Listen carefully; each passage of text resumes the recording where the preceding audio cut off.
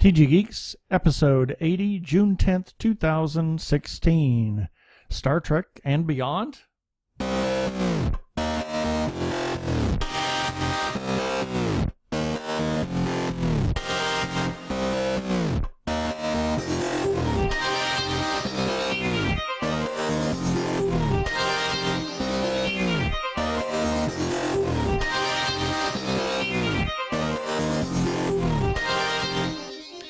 Hello and welcome to another webcast from tggeeks.com, where Ben and Keith, the Two Gay Geeks, talk about all aspects of geekdom and nerdery. Sci-fi, comics, film, horror, genre, you name it, we talk about it. I'm Keith Lane, and we're coming to you from TG Squared Studios in Surface of the Sun, or Valley of the Sun, Phoenix, Arizona. And I'm Ben Raggington, coming to you from Satan's backyard, also known as Phoenix, Arizona. Yes. And we have another special treat for you. Very special. A special episode from Phoenix Comicon, even though it's after Phoenix Comicon. We did record it at Phoenix Comicon with Mr. Larry Nemecek.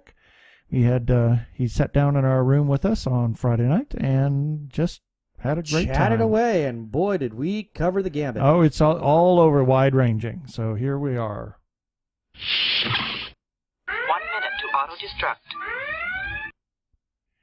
And this week we have some special guests in our hotel room here at Phoenix Comicon. I don't know. The guy sitting across from me I would hardly consider special guest. Special in what way? Special. Yeah. He's special. And that you wrote what? You wrote a short post. This is your hotel room? Yes. Why is the door locked? Well, Because it's our hotel room. it's our hotel. I don't. Waka waka wang wow. I don't believe this is professional.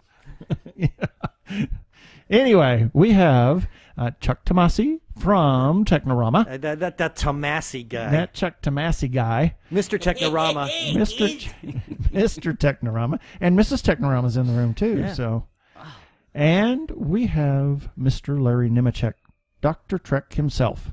Oh, you guys! Wait, this is a podcast recording. This is a podcast. I thought this was Golf my clap. network audition. Okay. No. Oh, No, great. not- Now he's going to Good clam Lord up. me. Yeah. I'm ready for my It's close-up, okay. Mr. DeVille. It's audio. I just wanted to Mr. say, though, I DeVille? was really sorry to hear that Disney wiped out the plans for the Technorama exhibit. I thought it was going to be a great shout-out, and I was just really sorry that went down. We are starting a new con called Technorama Rama. Technorama. Rama. Do you have an official fruit for it? The banana Yes, Rama. us. Banana. Us. Yeah. We're the official we're the fruits for the show. That was better than banana, yeah. Yeah. Or stupid banana. Banana. Bananas. Oh, don't get started. No. This is a funny thing on Brian Greene's Elegant Universe. You promise? Oh, This is actually great. in a It's science gold. show. It's gold. He's talking about the multiverse and, quantum mechanics and all this other kind of stuff.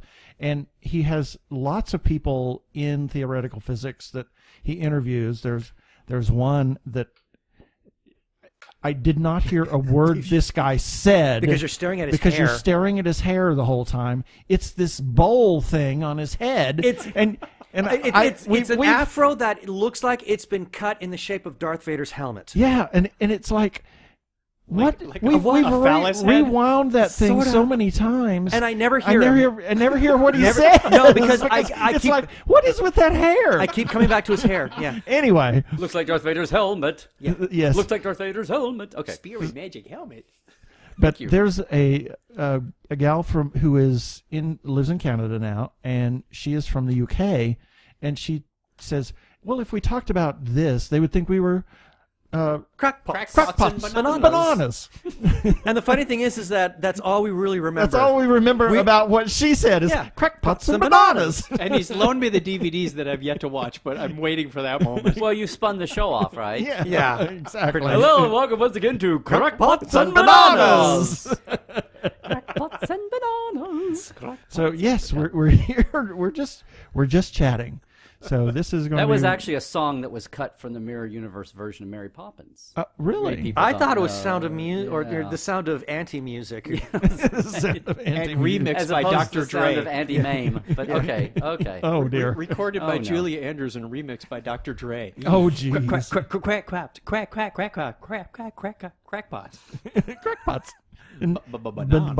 Bananas.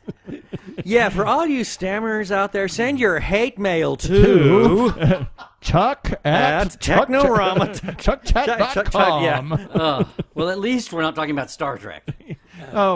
God. Do we have to talk about Star Trek? Was there a point to this? We probably should talk about Star Trek since the 50th anniversary is coming up. It is right? the 50th anniversary. It is the 50th anniversary. I just have one tiny, tiny question. Why is it still so popular? Yeah. Oh, hang on. The longer There the we go. pause, the more profound the answer has to be, and it's such pressure. Aliens. Aliens, yes. Damn it, guys! I'm a podcast guest, not a profound. But no, well, it's what everybody has always said. There's 4 or 5 things. I mean, we trot out this stuff, and really, it was a mythology for modern times. And somebody pointed out to me one time that as athletes and politicians and whatever, the people that for 100 years or so people would look up to as their heroes went away. Once again, it's Star Trek kind of heralding the age of the pop culture, mythic, sci-fi, whatever, comic book hero being a bigger hero that doesn't let you down, unless you have a producer who lets their hero let you down. Right.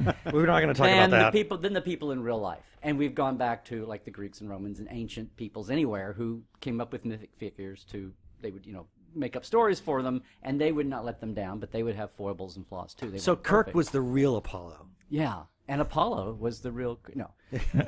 Apollo was He was Kirok. Oh dear. Who mourns for Adonias? Oh yeah, freeform associate. We're doing this at night, right? I've had all day to melt down. Yeah. Exactly. No, but I mean, it's everybody says that, and people have been throwing a microphone in the actors' faces since April 47th, 1969 or whatever. And so why is this so popular? April 47th? Yeah. There we go. That's pretty commonly random, isn't it? Star date, April 47th. You know that if you don't, the 47. Yes. Okay. So, no, it's, but those things are trite and they've been said a million times, but it's the truth. Now, people, and I even 4 or 5 years ago came up with this cute thing for when I'd have to talk about it or say it. I came up with like the 5 C's of Star Trek because everything kept coming with a C. Like, cut, clarity. Oh, that's diamonds. That's diamonds in the rough. No, like cast, characters, concept, canon, and the 5th C. Now I feel like Rick Perry now. And the 5th C was, and the thing to me is everybody loves the actors, so casting was great, Right. And more or less on all the shows, most of the time the casting has been pretty good, and there's been chemistry with the cast. See more C words. Yep. The concept of it's a sci-fi show, heroic, but it was it was the Roddenberry vision of the the positive future, right? Which was wacky because in the 90s, with the people would make fun of the Hyatt Regency in space with the carpet up the walls on the Enterprise D and the therapist on the bridge, and oh my God, this is such an 80s show and all that, and we got a little plush and big in ourselves, and then is that when we got all dystopic?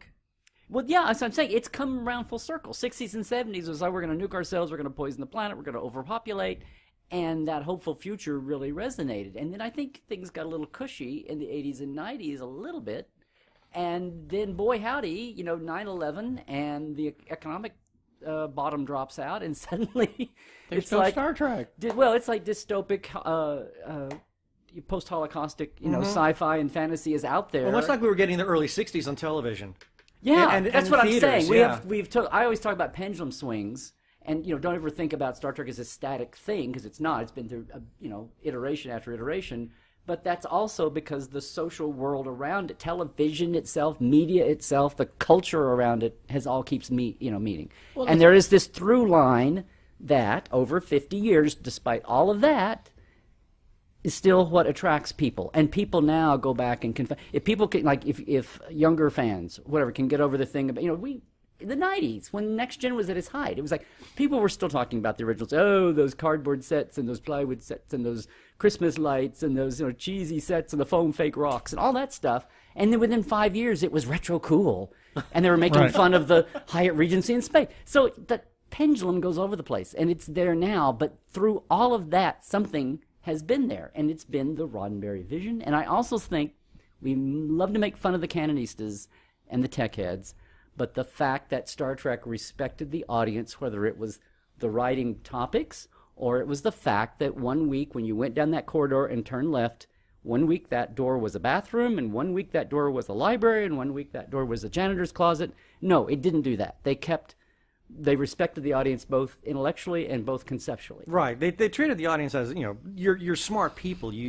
We don't have to talk down to you. Which is unusual for but TV that's one thing these that days. Gene always said, though. I remember seeing some very old interviews with Gene where he really talked about, he really thought that the audience was cool. I've got some really great old recordings that he did, on convention circuits and college circuits, and he admitted, that he recognized that the audience was very, very smart. And he just did not want to talk down to them. Well, look what's happening. When they were on TV, he was doing things on The Lieutenant. And there were some shows that would, like when the Westerns are big, on Have Gun Will Travel, they would try to get adult themes in the guise of a Western out there where it wasn't just the vast wasteland. And then on The Lieutenant, his Army show about Judge Advocate General in the Marine Corps, whatever it was, at his fake base. And they did the show about racism that was never aired.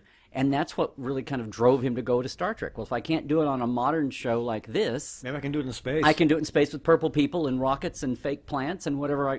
Now I can go for metaphors. Yeah. What's a metaphor? Oh, it's about Raising cows. Yeah. But that's what got that. And when you stop and think, no one ever heard. Lucy never got to hear the word pregnant. Mary Richards was going to be a divorced woman, and she had to be single in 1970. Right. The first toilet heard on TV was All in the Family flushing a toilet in 1970. Yep. I mean, think where they were even then, and then the 70s got relevant, and then television changed Upper Hill Street Blues and L.A. Law were the ensemble shows, and you didn't just have like a lead and a second banana and everybody else. So, I mean, the culture was changing, the way TV was made was changing, and they would push the envelope and then sometimes take advantage of that too. But and be able to respect the audience more. But every time it's, and what do we talk now? Star Trek never had a gay, lesbian, transgender, LGBT character. And we're talking about maybe it happening on the new series or whatever, but that was a place where they didn't lean in to something. They have kind of, there have been past episodes where I'm just trying to say, not to put Star Trek on a pedestal too much. No. And they had the reverse episode where everybody was uniform and somebody was trying to break out of that. Right. The Outcast. Yeah. And then there was one, again, in Deep Space Nine where... they played with the Trill hosting. With the Trill hosting, exactly, yes. where now we're into a same-sex couple again. Yeah. Or the host. Yes, where we first meet the Trills, where Gates McFadden, and all of a sudden now the one the one Trill is now in the body of a woman. So so they flirted with it. I know that there were people that kind of wanted to go a little further, and maybe it wasn't time, maybe it's time now. I mean, who am I to say? I mean, I know that David Gerrold's got a Blood and Fire. Mm-hmm. I believe that's the episode is called, where he really got. Well, that would be the longest show in gestation if they did. No kidding. Yeah, that was meant for Next Gen, first season, if I'm not mistaken. That would be even longer than our poor show with Voyager went 7 years or whatever. But yeah. Yeah, that was Well, at least he finally got that show put together and broadcast. Well, on in the some form, yeah. So I mean, Star Trek isn't by any means perfect, but there's been a lot of backlash, I think, on some of that. I've seen some fan sites that have just been that just trashed it. Well, that's a whole. I mean, I started to say. So, is the topic of why is Star Trek still popular? Is that a worn out question? No, I think it needs revisiting now because the films are now under scrutiny for diverting from that original Roddenberry. Or at least that's vision. the concept. And I know it was discussed today at the panel. You said that at the panel. Now, an interesting thing. There were two young boys that were sitting in the row in front of us that were sitting there just kind of yay, twittering back and forth at the beginning of the presentation. And then they eventually walked out. They didn't get the opportunity to hear you say that the current movies, because I think that's what they came to hear Probably. about is the new movies. Or more talk on the new series. Who knows? That's where they are now. Right. But they didn't get the opportunity to hear that those movies are being made for them to get them interested in the rest original of the universe. series and the Deep Space Well, Nine. I would say first off that the movies were all of made that. to make Paramount money. Well, yes, true. I've said that a lot. The great evil master plan is to get them to go back to to Right. get everything, which is what's happened. No, I kid about that. But that's what been the great, because I was worried in 2009, and I was worried that when they decided to go to an alternate universe, it wasn't my choice, and part of that was born out of the world of 2006, when JJ got his contract with Paramount, and he said, I want to do some Trek movies it wasn't like, we're hiring you to do a Trek movie. It's like, here's a deal, 10 or 12 or whatever it was, and he says, I'd like for 1 or 2 or 3 of those to be Star Trek movies. And I'm like, okay. It wasn't, and then the actors were signed to specific contracts with multiple things, and 3 or with a 4th, whatever. And he said he was not a Star Trek fan at all. Right. He's a Star Wars fan. He loves Star Wars, but he wasn't allowed to play in that playground for a while. So, okay, well, I'll play in this playground, and I'll bring in, my guys who Robert Orsi and Alex Kurtzman. I mean, these guys, they know Trek. But when the franchise was left for dead in 2005 by all the mainstream, sorry, Star Trek, you had a good life at whatever, but you're 40-something years. Now. You're passé now, which is stupid because it's a multi-billion-dollar franchise. It's never going to go away. For 40 years, yeah, right? And think how original, think of all the original ideas in Hollywood that keep crowding out any reboots and redos. Mm-hmm. Right. It's just manic how they're churning out risky new ideas and plunking money down. No. Right. Not in the slightest. I hope you're being sarcastic. I'm totally being sarcastic. You're like, look, it's a Bewitched movie that looks nothing like the original Bewitched. Yeah. Okay. That's an original idea. Sorry, I missed the rim shot opportunity there. I thought you were being serious. Go ahead. Yeah. Do you have a twinkle nose thing? Yeah. As a matter of fact, I do somewhere. Where is it? Thank you. There we go. Okay, much better than me. But I don't know. I don't know where we got to. But it's the challenge for older fans is to hang on to what's. I mean, I've had this thing the last month or two of not just even like actively, but even thinking about how we're unintentionally blinding ourselves to things. Like I didn't stop and think when my kids grew up with their video games, that would be their Saturday morning TV when they got old enough to be nostalgic and be exploited by people doing spin-off products on the soundtracks of the games they grew up with, and the shower curtains and and the T-shirts and the whatever products they can do that. The other. Yeah. That's their thing and every generation has that, but things change like that. And you're talking about the kid. The last month or two, I've seen there's 2 things. One, I'm really encouraged by the 3rd movie and beyond and the May 20th event. And I always kind of thought that when JJ's focus went to Star Wars, I was curious to see what Bob Orsi was going to do with his script and directing. And then I was really curious to see what Justin Lin was going to do because I wanted to see I think he has a perfect ability to pull it off as a talent and a producer. Right. But when you get down to something about Star Trek, it's like, do you have it in your heart and gut and DNA or not? And I am not calling that. He had the chutzpah to be able to pull it off. And when the mainstream world and the suits and people with money making decisions in Hollywood wrote Star Trek off as dead for 10 or 20 years, he did show up a year later and say, hey, let's do this. And then had an incredible cast. And the choices he made were not mine, but at the time, the meme was Star Trek is old and tired, and it's amazing you're even trying this. And if you're going to do something when it's old and tired, what do? We'll go back to the roots.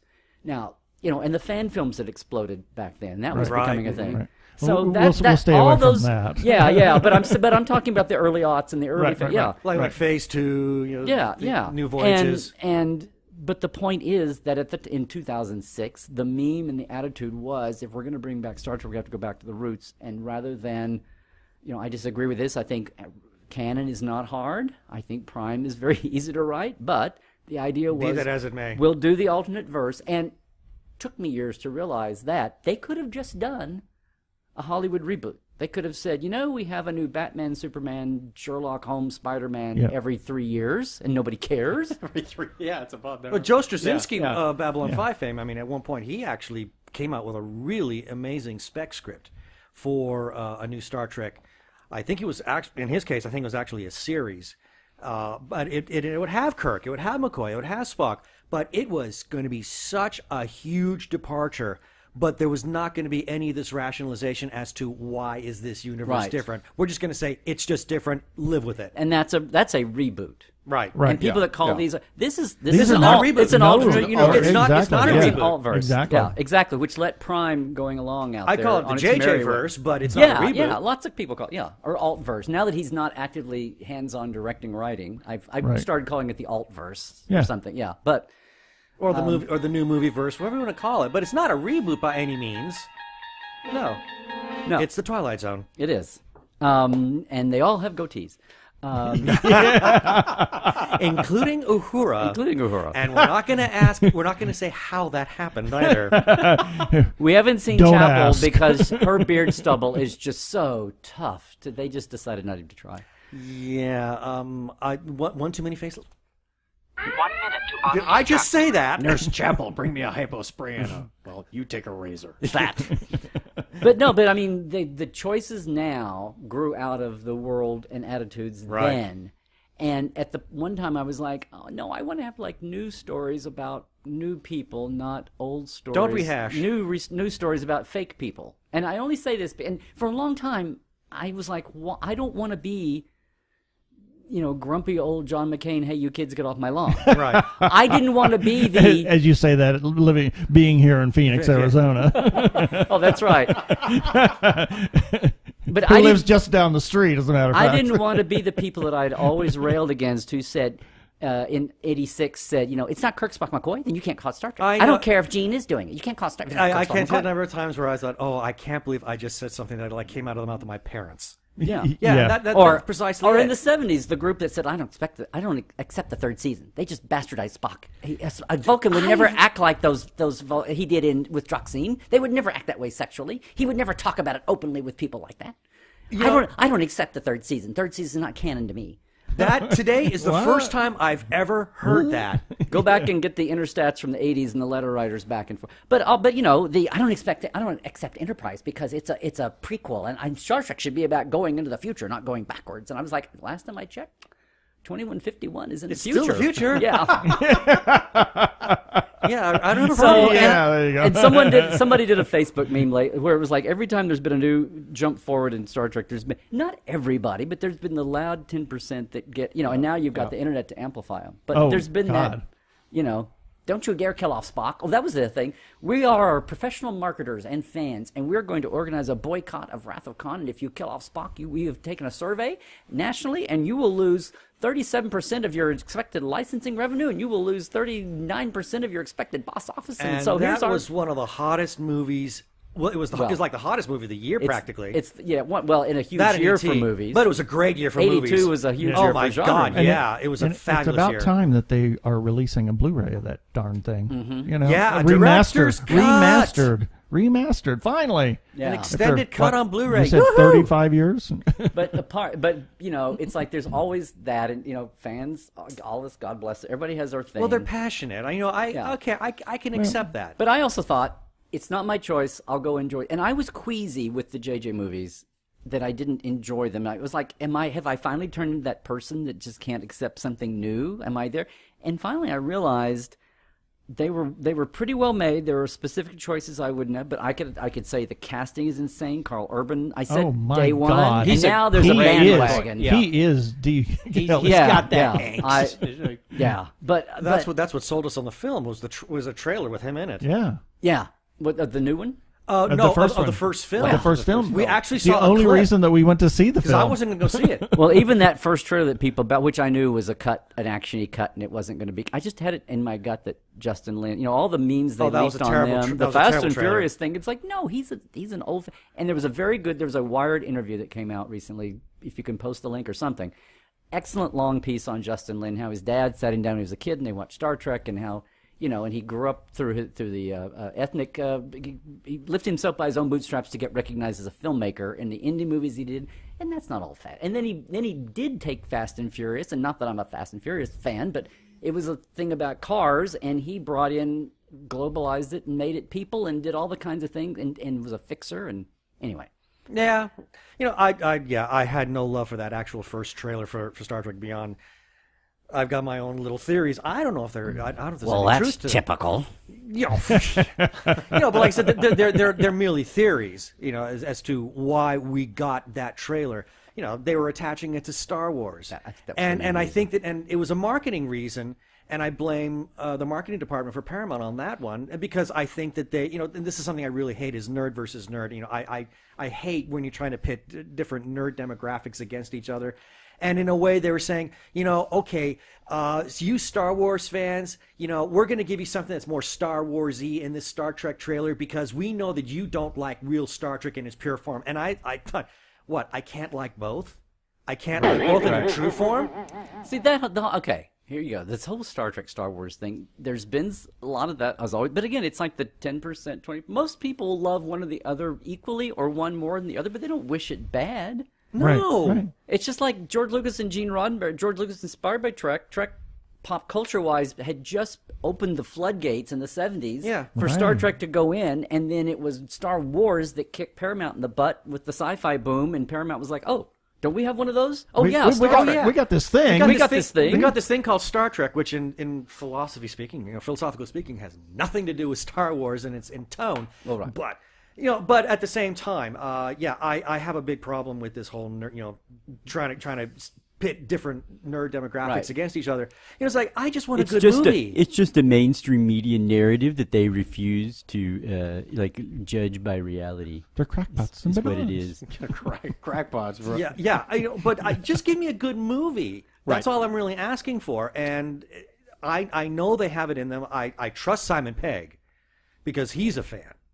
And he swears up and down that the movie is, that trailer we saw, that first trailer, has no resemblance to what the movie is really going to be. Right. Oh, good. The thing I was worried about most of the movie was none of that, but just the fact that they got such a late start. They were going to be behind the 8 ball, rushing And along. then they had to do some really critical reshoots, add a new character. Yeah, during the I don't reshoots. know if that was. I mean, I was worried about that, but I don't think it's quite as big as that seems to be. But that's a normal tweaking. Again, it was like that it was happening on this compressed schedule, and I think they've just been like the coyote that all happened on rocket shoes, where they're Yeah. like trying to get back up on their feet. But that all happened after the release of the first trailer. And so I had visions of motion picture, like sending out the wet prints because they were so, Oh my God. with a drop dead date, it had to be out. Exactly. Yeah. Wow.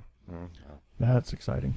But apparently, having seen what we saw at the event and trying to communicate that to the world at large, I was like, I heard I want to see this movie. We've got a it's friend of alt ours. verse, but I want to see this. A friend of ours was actually at that event, and he was very impressed with the event in of itself. We had like 12, 15 minutes of a very long, eloquent, quiet McCoy Kirk scene, and then all things break loose. All hell breaks loose, and it's action. But it's action that feels in your gut like it's there for a reason and makes a point. In It's not gratuitous. It's not. Oh, look, here's some action for the Asian market. I mean, yeah, it's. Well, now. Okay. I know. You pay now. Oh no. Oh no. Shock. No. You'll go through one time. I'm not getting involved in this, you guys. This is all on you. Or as Frank used to like to call that one Asian director, angry. Oh dear Lord. Oh, He's angry. No. Yeah, but only Frank DeCaro can Only get away Frank with that. Anyway. Yeah, we can't get away with that. I am Sorry. doing this next shot under protest. Yes, exactly. For those of you who are original series blooper fans. Yes. So, geez, I really don't quite know where to go with this. So let's talk We about... kind of scoped it all in there. didn't we? Yeah, it's just everything. Nothing else to... Nice show, guys. Yeah. See you in 20 years. 27 minutes. Hey, we're done. We talked about all of Star Trek. Now about that Mideast conflict. Here's what we do. No. Now, I got a question for you, Larry. You False. 50 year No. anniversary. You are not 50 years old. Am I correct in that assumption? That's true, yeah. Okay. What was your introduction to Star Trek? I'm lying, but I'll go with it. Okay. So the story is my introduction. In the 60s, when I was a little kid, I did not control our TV, and I do remember Lost in Space being on. Oh, the pain, the pain. Oh, the pain. Yeah. The story's beginning to sound a lot like mine. But Warning! I remember at the time, there's some show with a guy with pointed ears on somewhere. I kind of remember that, right? Didn't watch. So my 9th grade science teacher, Mrs. Pollard, they were kidding around with she had a couple of girls at her desk one day, and I'll tell you the story. They had taken blue markers and they had blue dots on their foreheads. And you remember Ajax Blue Dot Cleanser or something? Yes. So I was walking by and we were done. And I was like, "What are you guys doing?" She was like first year teacher. Cosplaying a cleanser? Just stay. No, the White Knight. No, stay with me. I walked by, and she's like first year out of college, so she's like young and energetic and idealistic and whatever. And this is 9th grade. So I go, "What are you guys doing? Are you like, what is this? The Ajax Blue Dot Cleanser?" She says, "No, we're Thasians, not Thasians. Hawkins." She goes. She says, "No, Larry, we're Hawkins." And I go, "You're what?" And she goes, "We're Hawkins." I go, "What?" She goes, Star Trek, Mirror, Mirror, the people on the planet. And I just kept blankly staring at them. And I'll never forget this. She goes, "Oh, Larry, don't tell me." Soul. No, don't You ruin were the line. shamed into watching Star She Trek. said, "Oh, Larry, don't tell me you don't watch Star Trek." And I was like, "No." She's like, "Go home right now. It's on at 4 o'clock on Channel 5 every day. Go and watch it." So I was like, "Well, I don't know. Wait, that's on as a cartoon right now, right?" "Yeah, okay. Well, I'll try the cartoon." And if I remember actually thinking this, I'll try the cartoon, and if I like the cartoon, then I'll watch the daily thing. So, I don't remember what the process wrong was. decision. It didn't take very long. to Don't get knock totally. the animated series. I like the animated I series. do too. The animated series like on a whole rebirth of respect and people It's delving available on into it. Netflix. What, are you working for CBS now or what? Oh, Netflix? Or Yeah. I have stock in Netflix. Buy more. There you go. But no, very quickly after that, it was kind of like, and I had a couple of friends and we would talk and blah, blah, blah. But, but then I remember going on vacation and Starlog's first issue came out that was the Star issue. That's a famous issue. And getting the making of Star Trek book and that, because there was nothing, kids, nothing was there except one or two Exactly. things. And Right. you treasured everything. And I remember, and then the tech manual came out, and I got it, Yes. brought Oh it to my school, God. and I'm like, "See, guys, the patches do match the color." Like there is a system, but that's what got me. I was like, "Oh my God, It works. They've planned all this out." Yeah. Oh my God, they've planned all this out. So Right. now we have all these buzzwords like cinematic universe and and world building and all this. That's what they were doing without the fancy Exactly. terms, and that's what got me in. Star Trek was that's why it was Star- not just sci-fi with cool characters and great actors. It was a universe that you felt like you could climb inside that TV and walk around in, and Exactly. It felt real. exactly. Yep, exactly. Yep. And even the parts you hadn't seen yet, you kind of had in your head what it would be like. And maybe you'd be wrong eventually if they ever showed you that. But you just had it in your head how everything else was. I couldn't tell you the number of times I would have my blueprints out, my Franz Joseph blueprints, and I'd be looking through them. They announced they're going on a deck, and of course, me being the ridiculous little, the canon geekhead that I was at the time, it's the episode Mud's Women. The series has got no real sense of any canon at that time. No. And Kirk says, okay, he's going to his quarters on deck 8. And I went, deck 8, that's in the dorsal. Why is he going there? Well, please. Or Actually, deck 8 isn't in the dorsal. It's very safely up in the saucer. That's like the middle deck Actually, where you're sick right. bay Actually, is. yeah. And, yeah. Actually, that's deck 7. You were schooled. Yeah. Well, it's been a long time. That's You my said nerd you voice. could- when I, you could- I'm sorry, that hem is about 1/10 of a millimeter too close to the edge of the cuff, and you need to bring it down. You said you could climb into that world and walk around. I walked right into the Tantalus colony. I love my job. I could do this for every day. It's the best job in the world. I'll go back to a day after day after day. It's much better than cats. That's yeah. That was scary timing right there. Yeah, I got lots of stuff here. I got a million of them. Oh dear. And this little sound effects machine, too. Yeah. So okay, I mean, Wow, yeah. so the last time we had you on, we talked a little bit about Con of Wrath, and I don't necessarily want to go down that road again. A little bit of a theremin music there. Yes. We actually have another. Where's my theremin? It's here somewhere. Theremin, theremin, everywhere. Theremin, yeah. We have a really nice. I'm caught. Sorry. Bondage. Yeah. I knew they'd find out someday. Someday. Man dies of strangulation. I won't lay down Headphone my life for cord. you. Film at 11. Yes, he did it, officer. Yes. No, we have a nice little theremin sound effect. I don't know where it's at. I didn't know. Do we? I don't even remember. Yeah, we have that theremin sound. I take theremin. It keeps my sinuses Just say clear. theremin A, theremin B. Yeah, it keeps me quite regular. Yeah. Here it is.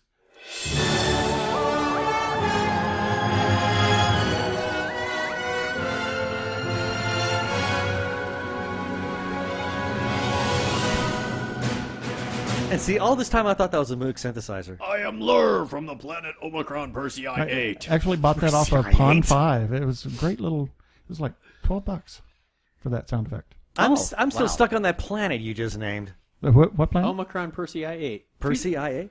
For Futurama. You know, Oh, I hate man. to say this. Haven't watched I it. am Lur. This is my wife, Unda. Unda. I hate to admit it. Have not watched Futurama. And Dude, the shirt. I know. Heads in a jar. I know. You have to at least see the Church of Star Trek, whatever. The one Oh, that yes. the show that David All Goodman power- wrote that got him the job on Enterprise. All power to the engines. Oh dear God. Larry and I are going to geek out later. Speak for yourself. No. Access denied. Touche.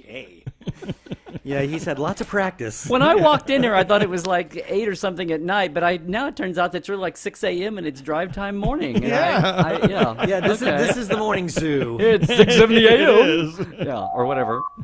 Yeah, this is our morning zoo. So I mentioned Con And the of morning Wrath, zoo which crew. ew. Okay. What's that? The audio of poop emoji? Yeah, exactly. That's not where I was going with this. Oh. Spooge, maybe, but not spooge. Resume course, Lieutenant. Yeah, spooge emoji. Anyway. Anyway. Spooge. Jimoji. Spooge. Jimoji. Spooge. Jimoji. Yeah. Spooge.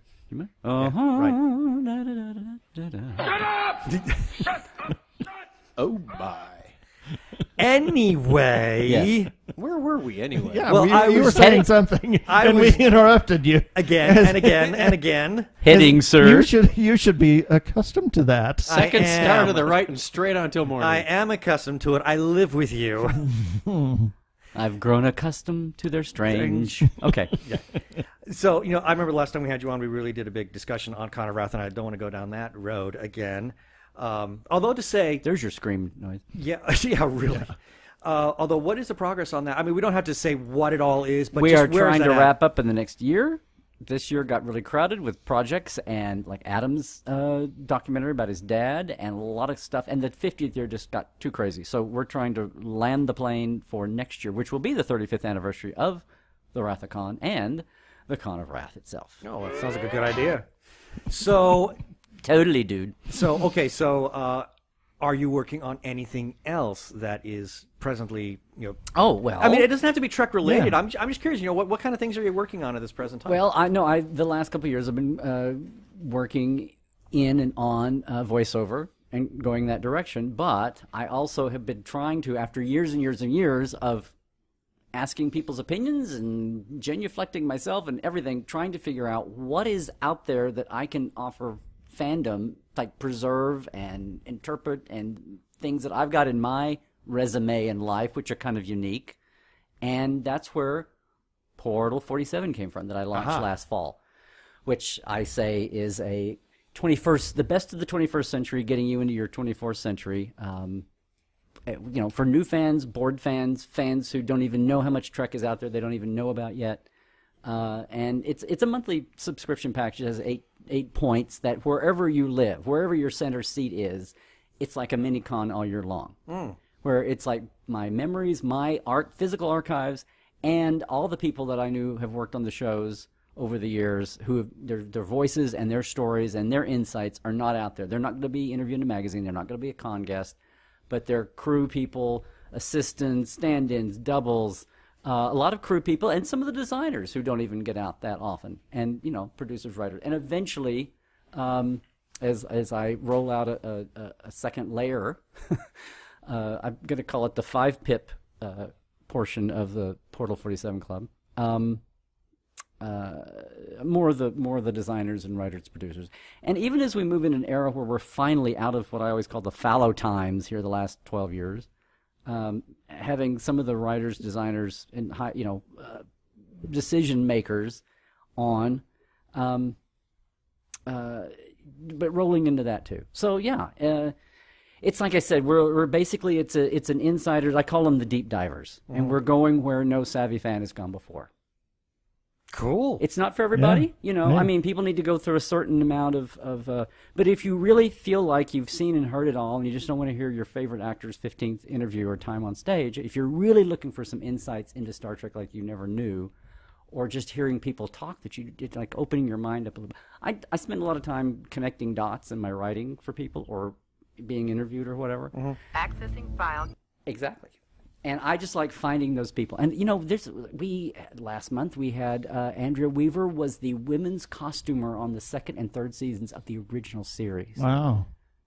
And and she's going to have some kind of unique insight to the whole process. She was and she had a long 50-year career. She's still doing some costuming work. She's still blowing and going.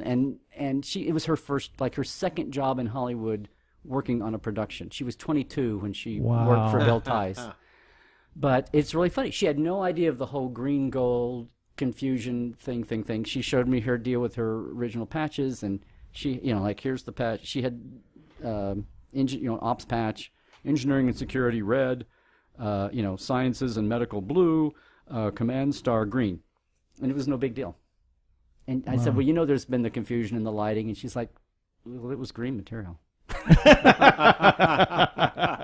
One of the oldest not even so much debates. No, this is what it was. We know it was green gold, but how do we replicate it? And then it's like, do you go with the fabric or how it looked on your TV? And and what point? Even when you can get a not faded print, digital enhanced remaster Blu-ray now, what do you call that? Do you go with the lights, or do you go with the lit version, or do you go with how it looked on the rack in the closet in the room? Exactly. But to her, it's like, what's a green shirt? What are people arguing about? It's a green.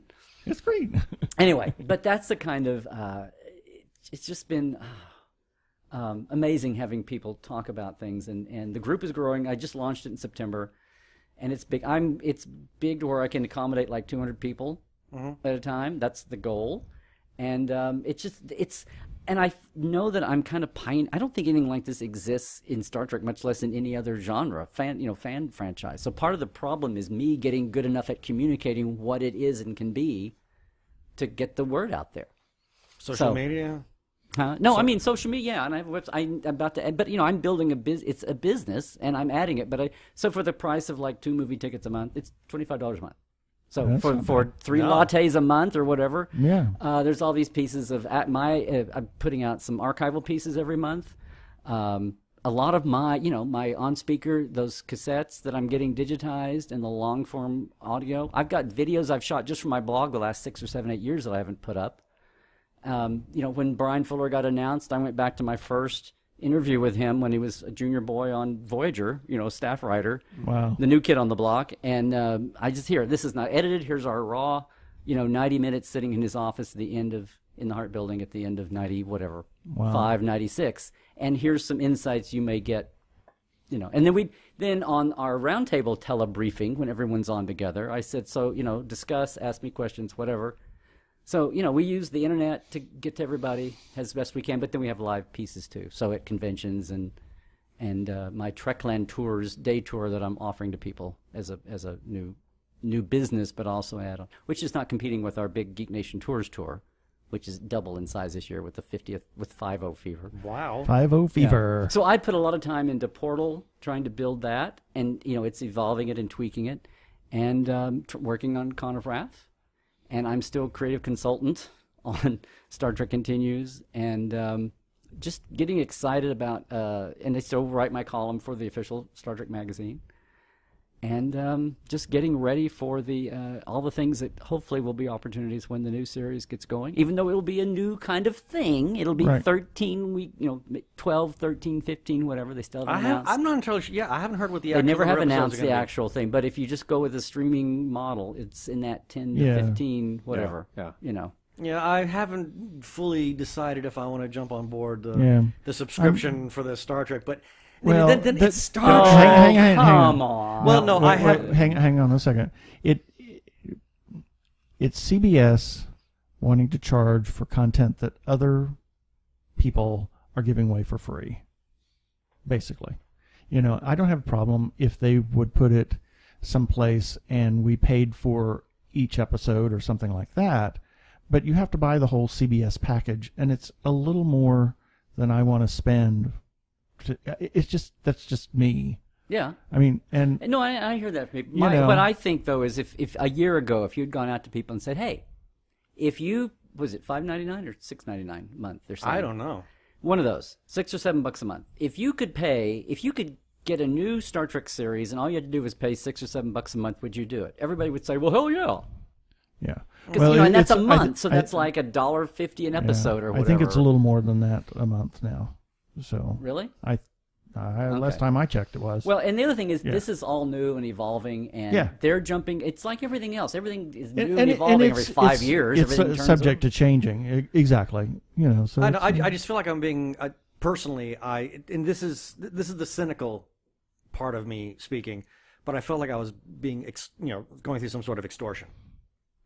Because that CBS was, here they are. They know that Star Trek is a really, really hot property. So they're going to force everybody to. So if I want to watch it, I have to buy it. Okay, guys. It's really not a plot about you guys. Oh, it is. You know it is. Of course it is. No, it's just one of those things because we pay for Hulu, but we get ABC, we get NBC, we get all of the stuff. Yet CBS wants to sit out there and wants us to pay the same amount of money that we pay for Hulu for only one thing that we're interested in watching. Exactly. Okay, well, yeah, Lord forbid I be paid here to defend CBS, although they can do that anytime, and I do it half the. No, I mean, guys, we're in a transitional flux of media. Things are. We'll probably if you had said, 10 years ago, if you had said there are going to be these satellite networks. HBO is going to do original shows, and they're going to be Emmy-worthy. And we'd be going, what?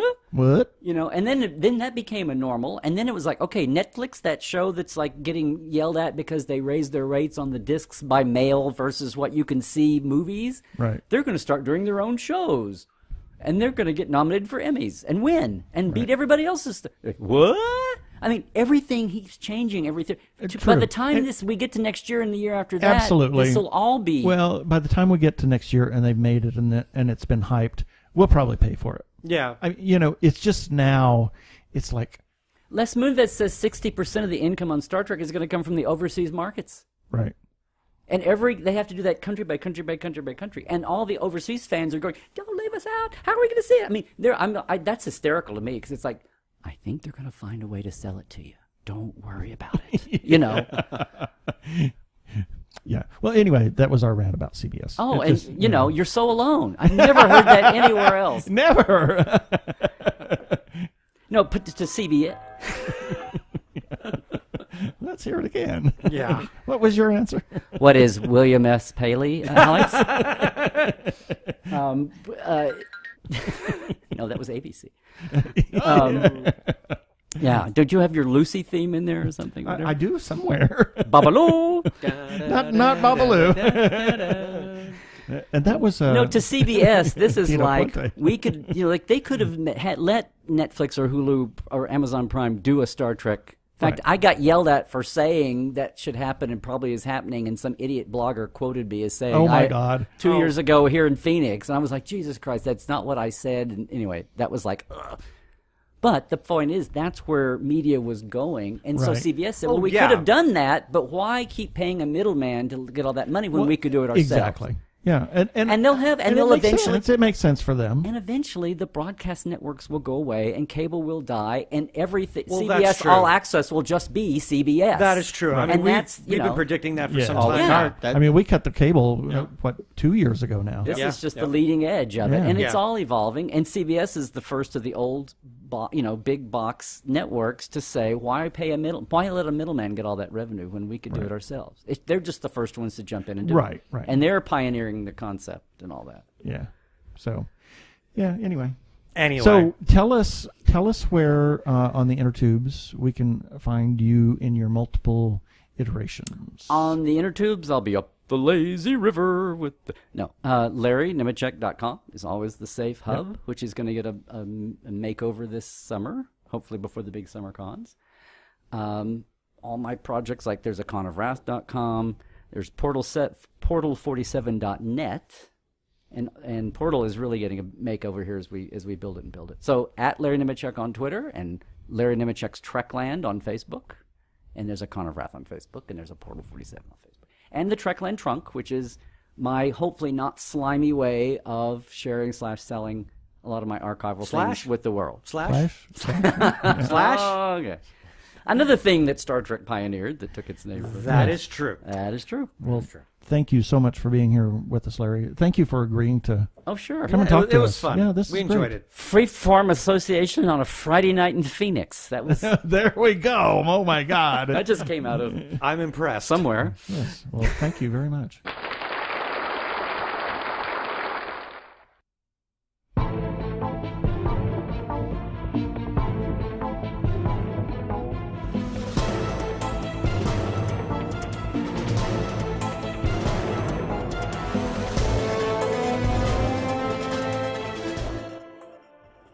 Well, that was a very enjoyable interview. Yes, it was.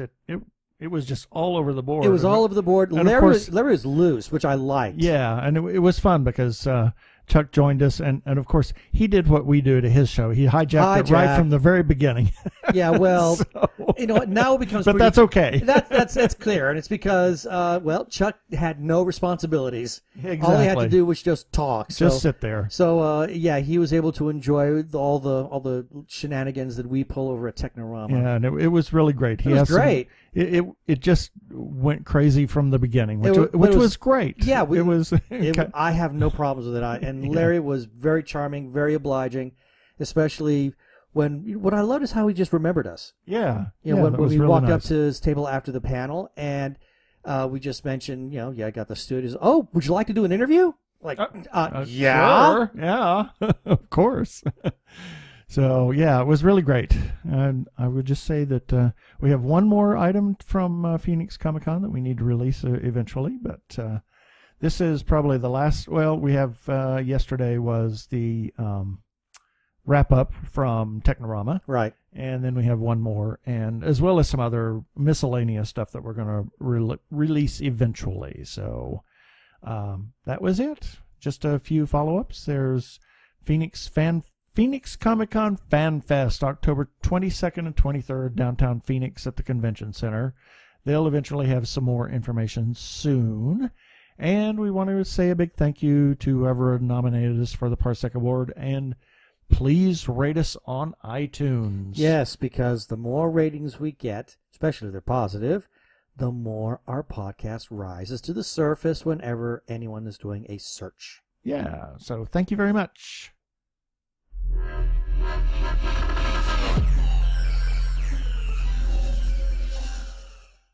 Okay, that should do it for this episode of TG Geeks Webcast. Be sure to check out the article for this webcast episode. We're going to have several links to Larry's various projects. And remember, you can comment on our Facebook page or our website, tggeeks.com, or you can leave us a voicemail at 469-TG-GEEKS. That is 469-844-3357. From TG Squared Studios, I'm Keith Lane. Thanks for listening. I bid you peace. Cheers.